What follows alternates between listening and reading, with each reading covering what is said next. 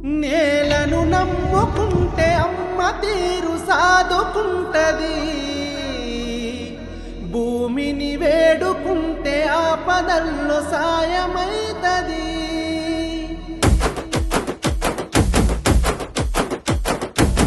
నేలను నమ్ముకుంటే అమ్మ తీరు సాదుకుంటది, భూమిని వేడుకుంటే ఆపదల్లో సాయమైతది. నేలను నమ్ముకుంటే అమ్మ తీరు సాదుకుంటది, భూమిని వేడుకుంటే ఆపదల్లో సాయమైతది.